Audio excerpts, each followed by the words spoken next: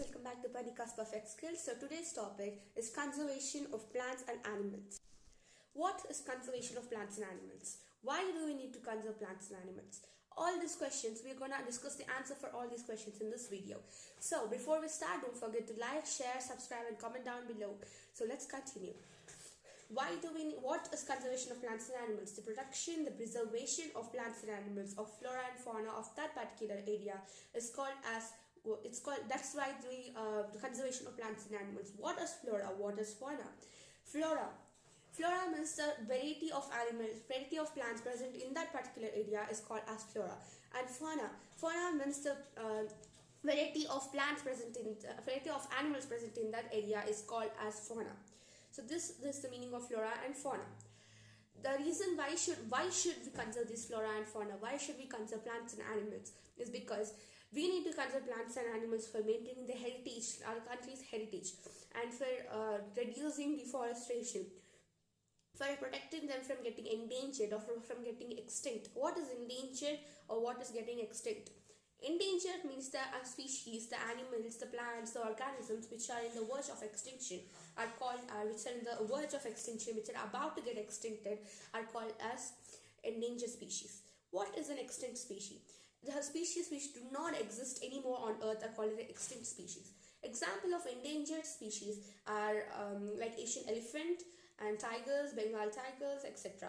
But for extinct species, red panda, giant panda and dinosaurs, all these are endangered species, extinct species.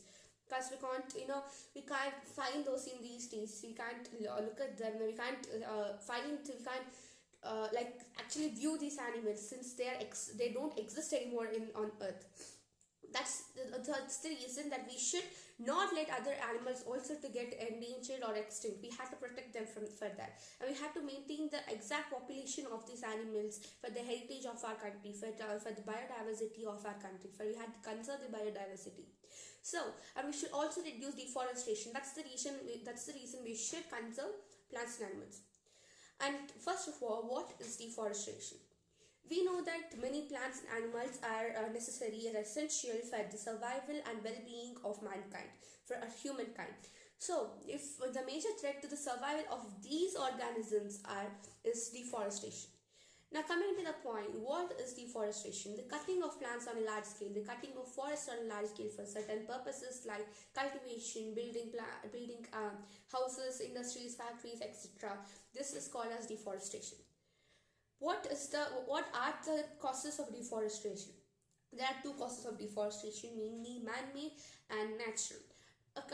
Coming under man-made, there are mainly few causes of deforestation that are procuring land for cultivation. We procure land for cultivation because for growing crops for agriculture purposes, we clear the land by cutting down the trees and everything. That's called as procuring land for cultivation. In this situation too, we still destroy the trees. We still cut down the trees.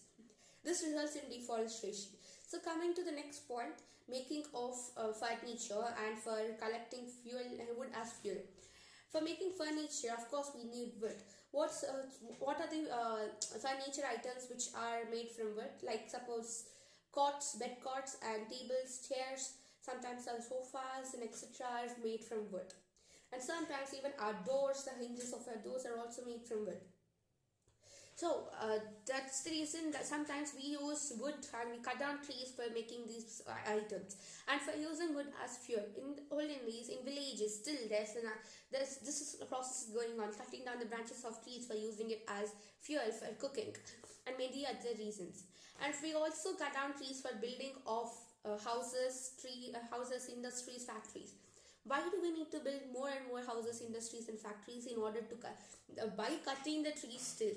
So that's because the increase of population, there's an increase of population and needs and there are increase of needs and demands of humankind.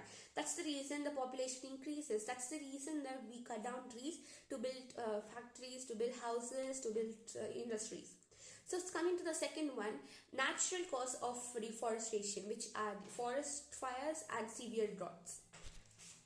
So coming to the next question, which is what are the consequences of deforestation? We know that Many people cut down the trees without knowing what's going to happen because of cutting down the tree, because of doing their action. Because of that plants need CO2 for photosynthesis process. Then again, what is photosynthesis? The process in which plants make their own food by the usage of chlorophyll, that is chloroplast, green pigment, and by using sunlight, water, air, and mainly carbon dioxide, CO2. If the population of these plants reduces, then the amount of carbon dioxide in the air increases. In the atmosphere, there will be increase of levels of carbon dioxide, right? So, due to the increase of carbon dioxide, it causes a greenhouse effect and depletes the ozone layer. Due to the increase of these CO2 levels in the atmosphere, it traps the heat rays which the earth reflects. By trapping these heat rays, then the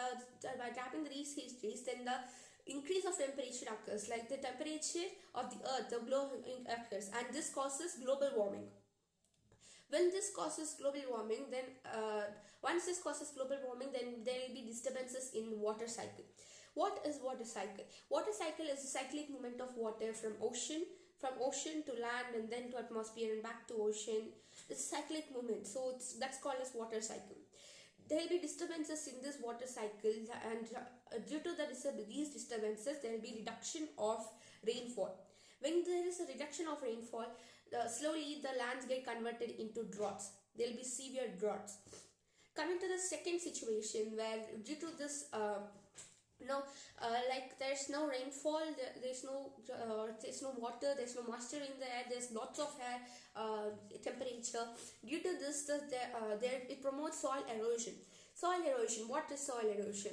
Soil erosion means removal of the top layer of the soil. Due to the removal of the top layer of the soil, even the nutrients, the texture, the content in the soil gets depleted, and the fertility of the soil comes out, and there won't be any fertile soil for agriculture, for crop production and anything. So the agricultural productivity will also decrease. Hence, due to the soil erosion, that means the removal of the top layer of the soil. Due to this, we find the hard rocky layers down beneath the top layer of the soil.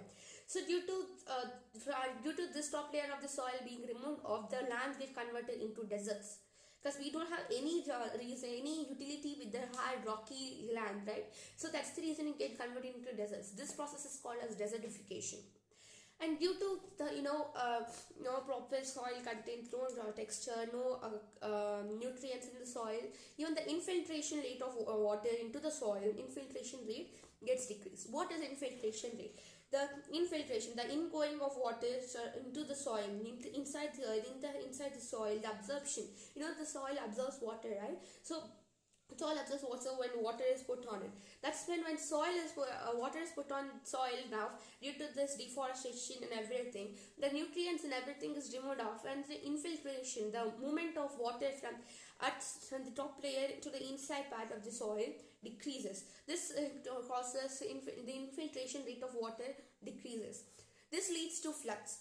So the main consequences of deforestation are severe droughts, floods, and desertifications. So these are the main causes of deforestation. I hope you have understood today's video, and let's meet you in the next video, and let's continue the topic. Thank you and have a wonderful day. Bye bye. And before I go, don't forget to like, share, subscribe, and don't forget to comment down below. Thank you.